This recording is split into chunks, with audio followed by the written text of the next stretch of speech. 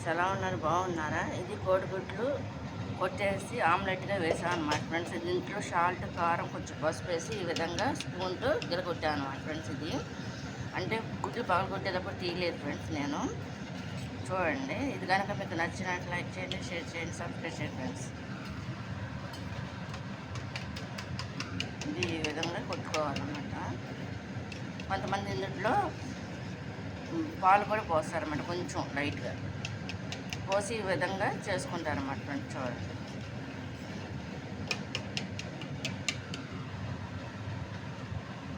ముందుగా కన్నం పెట్టేసి అందుట్లో ఆయిల్ పోసేసుకున్నాం ఫ్రెండ్స్. అది